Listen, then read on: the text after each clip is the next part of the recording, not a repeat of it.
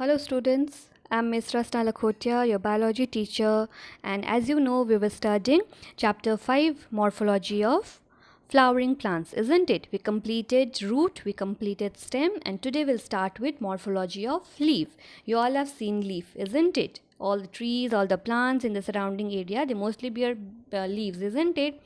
So, a dorsiventrally compressed lateral appendages of stem produced at the nodes and is specialized to perform photosynthesis. Okay, what are the various characteristics of leaf?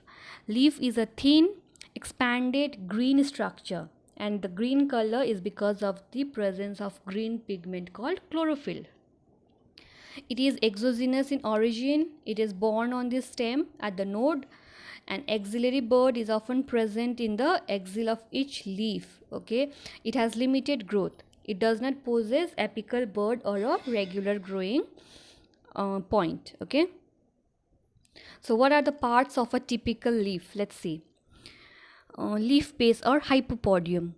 So the part of leaf attached to the stem or branch is known as leaf base.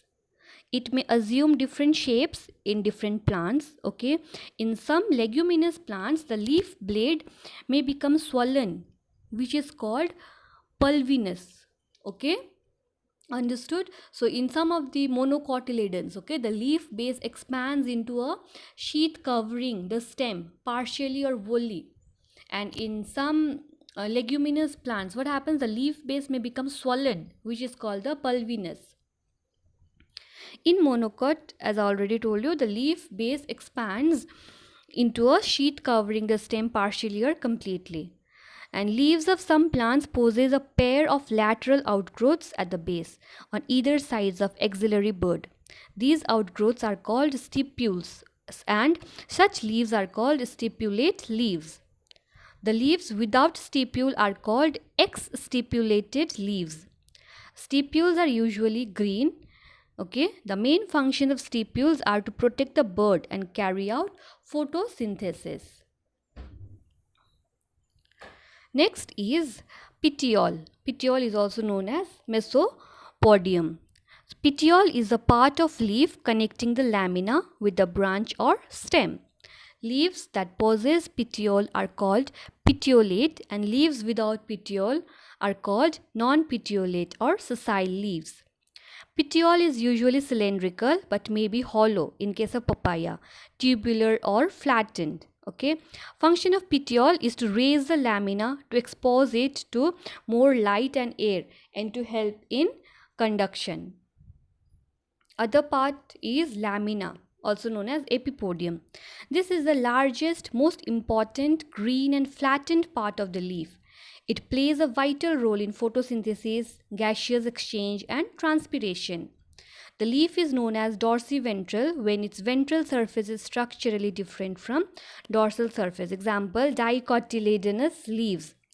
The leaves having both similar surfaces are called isobilateral. Okay, such leaves are found in monocot plants. Next is leaf venation. If you have noticed a leaf properly, you can see various veins and veinlets there. Okay, so the arrangement of veins and veinlets in the lamina is known as venation. The veins are in fact conducting strands of lamina. They are concerned with the conduction of water, mineral salts, and food, and form the structural framework of the lamina.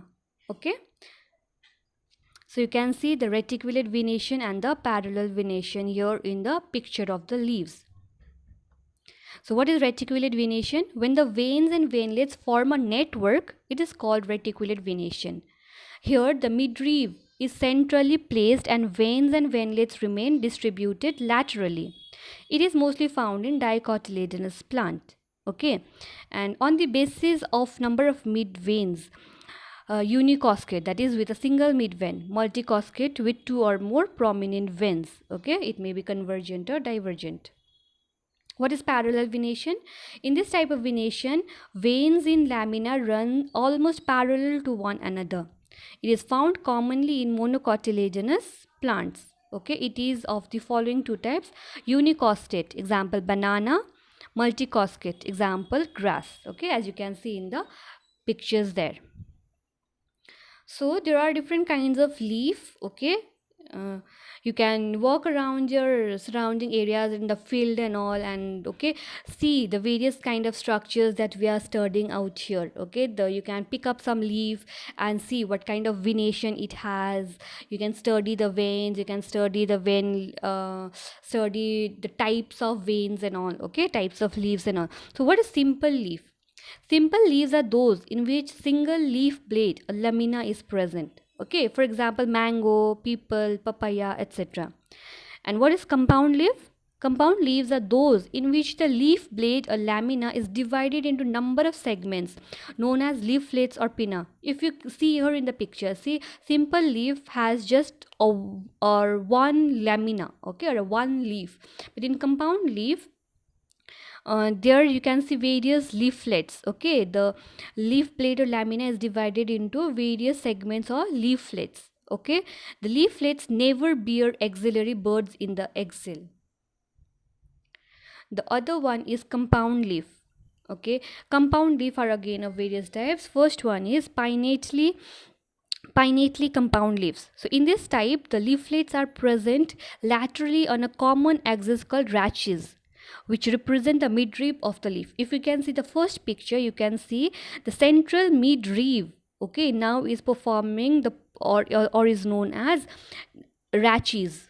Okay, and in what happens, the leaflet are present laterally on a common axis. There are various small leaflets, isn't it, present on the rachis, and you can see such in gold, mohor, cassia. Okay, and there are four kinds. Okay, unipinnate, bipinnate, tripinnate, decompound. You don't have to learn about this, you just remember pinnately compound leaves and its example. Okay, the other type is palmately compound leaves.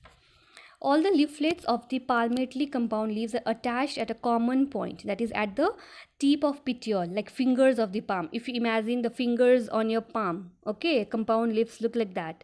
And also there are various types of palmately compound leaves. You don't have to remember all of those things. Okay, you just have to remember your you remember the example, like you just feel something soft on your palm, like palmately compound leaves, they have a common point and various leaflets there as your fingers on your palm. Okay, and a very common example is silk cotton. Just imagine that your hand, your finger, it's touching something soft silk cotton. Okay, just to remember the example of palmately compound leaves. So one of the example is silk cotton. Okay, so next topic that you should know or it's important is phyllotaxy. What is phyllotaxy? That is the arrangement of leaves on the stem and branches. So how the leaves are arranged on the stem or on the branches, that is known as phyllotaxy. Okay, and what do you mean by alternate phyllotaxy? So in this type, single leaf arises at each node. Okay, the leaves arise laterally on the stem or branches. For example, sunflower, mango, china rose, mustard, etc. What is opposite phyllotaxy? In this type, two leaves arise from each node in opposite direction, as you can see in the diagram also. Okay, the examples are guava, jamun, okimum. Okay, and the whorled or verticillate phyllotaxy. What is that? In this type, more than two leaves arise from each node and form a whorl around it. Example, Nerium, Elstonia. Okay, these are the examples of whorled phyllotaxy. So remember what phyllotaxy is, what alternate phyllotaxy is, and what is opposite phyllotaxy, and what is whorled phyllotaxy. Okay, you can see the picture here in the slide, as well as you can refer your NCERT book. Okay, like as we studied various modifications in roots and stems, similarly there are various modifications of leaves as well. Okay, so leaves are often modified to perform functions other than photosynthesis. Okay, they are converted into spines or tendrils. Okay, like they are converted into tendrils for climbing, as in peas. Okay, or into spines for defense, as in cacti, isn't it? You have seen cactus which has spines on it. And the fleshy leaves of onions and garlic, what do? They store food, isn't it? And uh, in some plants, such as Australian acacia, the leaves are small and short lived. The petiole in these plants expand, become green, and also synthesize food. Okay, and leaves of certain insectivorous plants, such as pitcher plant, Venus flytrap, they are also modified leaves. Okay, so there are various modifications of leaves for the or these modifications have various roles, okay, or various functions. So that is all about leaf. In the next class, we'll learn more about the chapter. Okay, thank you.